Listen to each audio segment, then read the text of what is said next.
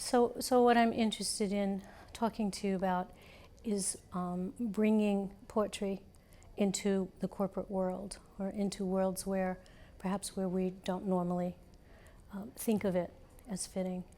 And can you talk to me a little bit about how that's developed for you? Yes, when I went full-time as a poet many years ago, I never imagined that I would go into the belly of the beast, into the organizational world, because I grew up from a long line of rebels and subversives on my Irish and Scots side.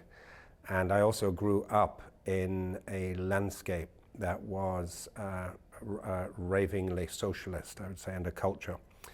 And add to that the tradition of the poet, at least in the recent West, of being the outsider, of delivering their perspectives and revelations from the outside in, then I really couldn't have imagined myself working in that world. So it was only after that I'd committed to poetry that I had someone invite me very sincerely into the organizational world. I was quite skeptical to begin with, because I thought I would have to compromise my work and my thinking.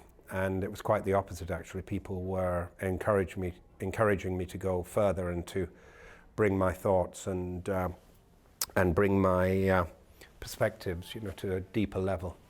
And you could say that the poet, or at least this poet, works with what I call the conversational nature of reality.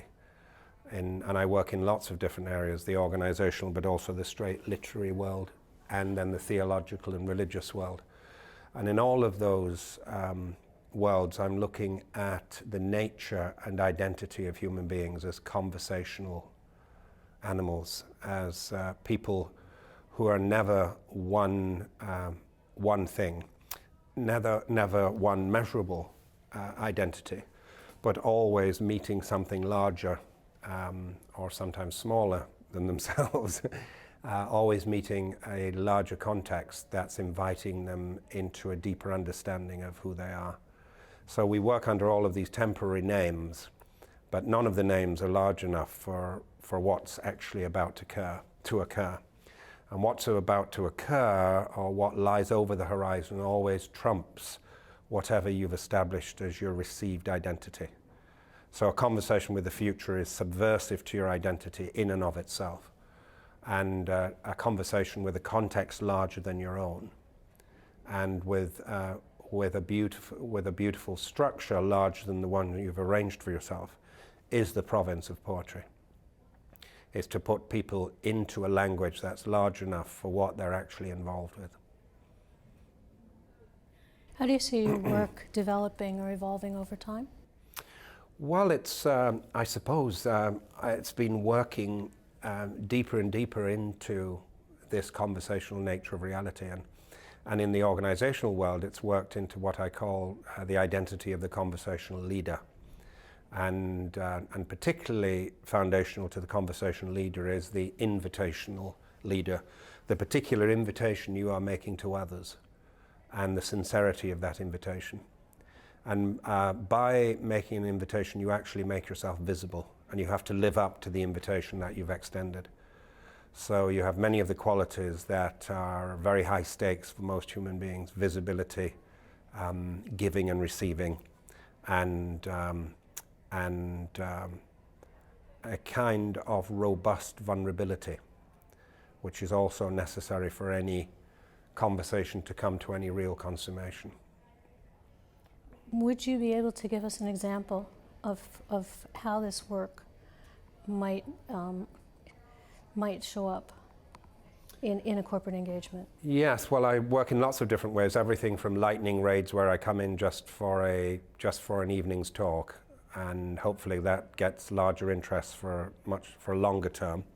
But my primary work is to get poetry to as many people as possible. So I don't mind if I just come in and speak for an after dinner, once a year talk. But I also work long term with very large organizations, including international banks.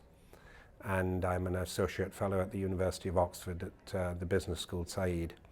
And I work with clients there where I'm, in a sense, I'm building a critical mass of executives in an organization who are up for the courageous conversation. and who are working on making the invitation and working on becoming visible, and who are also learning a larger language that enables them to speak to others and to be understood by others. So the poetry brings to people an enormous grammar and lexicon and a way of parsing the world, which allows them to work together in much larger ways. So I've worked with an international bank which is based out in the Far East for a dozen years actually. And because there's such large turnover in the executives, the top 400 executives, I think I could work with them forever because there's always a new draft coming in. But I do believe that in that organization there is an understanding about what it means to have a courageous conversation. And there's a whole precise phenomenology to conversation. So many people, especially if they've been promoted just along the axis of their core competency, their core technical competency, whether it's as a doctor who's become a physician administrator, yeah? Whether it's as an accountant who suddenly is in charge of people instead of just money, yeah? Whether it's a legal eagle who's suddenly running a department. Yeah? These are all people who are suddenly thrust and promoted into the realm of human relationship. And usually the first experience is one of fear, because the writ of their previous competency does not run in this new world. And they tend to think that that conversation is a wild and woolly practice, which is more of an art form than anything else. And if they're men, they think women do it better than them, and they're right most of the time, yeah, at least instinctively. And they think there's no way of actually disciplining yourself to understand the phenomenology of conversation. What I bring is a precise understanding of many of the steps along the way that happen when you try to have a real conversation. So people get very excited about this when they realize I can actually learn this as a competency, as I've learned my other technical competencies.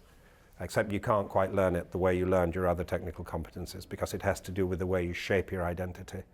And there's an element of vulnerability in it, and an element of risk and visibility, all of which are high stakes qualities for human beings. So if I'm understanding properly, the executives can recognize what they might term a skill in this kind of conversation. Yes, and that they want to go towards that? They do, yeah. Yeah, they want to, what I do is I show the milestones along the way in having a real conversation. So I might recite a little Dante, stepping into the dark wood, nel mezzo del cammin di nostra vita, in the middle of the road of my life, I awoke in a dark wood where the true way was wholly lost. Yeah. So that was Dante beginning a really authentic conversation that led not only to his future life, but to the foundation of the Italian language, through being real and through writing so beautifully and so accurately about what happens when you have your previous identity stripped away from you completely. Yeah. And so I probably have about 300 poems memorized, probably 100 to 120 of my own, and I use the poetry to get into areas you can't normally get into, and to illustrate these points along the way. And I work extemporaneously, so sometimes I'll use a certain suite of poetry, and other times I'll use a different poet or different philosophers and thoughts. Yeah. Would it be possible to get a definition of courageous conversation? Well, an interesting definition one interesting definition of a courageous conversation comes from its etymology. The word courage comes from courage in Norman French, which means heartfelt. So the courageous conversation is the heartfelt conversation. It's the one you care about. So part of having the courageous conversation is self-knowledge, is finding out what you actually care about. Because it's very hard to actually manufacture a courageous conversation around things you don't have a bother about. Which is quite often what happens in the abstracts of the corporate world, where you're supposed to be feeling all of these things about things that are often incredibly tedious to most human beings. Yeah. So to be real about it, about what's tedious, what's boring, what's stultifying, and what's real to yourself and other people. That's the axis of vulnerability along which a conversation works. Most of our membership, most of the attendees at this conference are working as coaches in some fashion. Many of them are medical doctors, many of them Yes. are in other fields. How does your work interface with that, do you think? Well, I mean, coaching is the art of conversation, isn't it? And it's the art of elucidating courageous conversations in individual identities, your own as a coach and the people you're working with, and of having people identify for themselves what the courageous conversation is. Now, in poetry, the understanding is that your imagination has actually already identified the pattern that surrounds you.